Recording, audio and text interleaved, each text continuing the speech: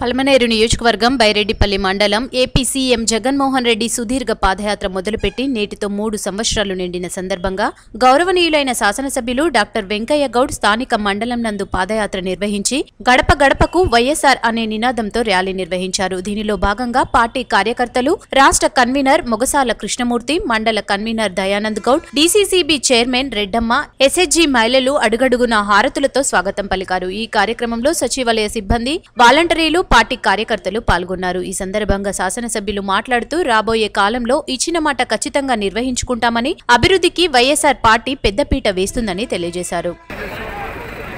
మన రాష్ట్రంలో ఈరోజు ఆంధ్ర రాష్ట్రంలో ఏ నలుమూల గ్రామాల్లోకి వెళ్ళినా ఎక్కడ గతానికి ఇప్పటికి ఎంత తేడా ఉంది అనే దానికి మనం ఈరోజు ప్రజలను అడిగి తెలుసుకోవచ్చు.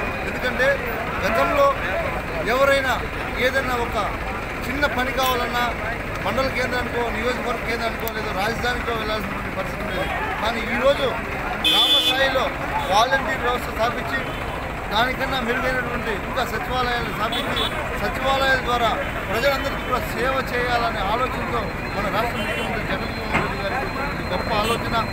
ఈ ప్రపంచంలోనే ఎవరికి రాలేనటువంటి ఆలోచన వైఎస్ జగన్మోహన్ రెడ్డి గారికి వచ్చిందంటే నిజంగా ఆయన అందరూ కూడా తెలియజేస్తున్నారు. ఎందుకంటే గతంలో ఎప్పుడు ఏ ముఖ్యమంత్రి కూడా చేయలేదు ఇలాంటి సేవలు.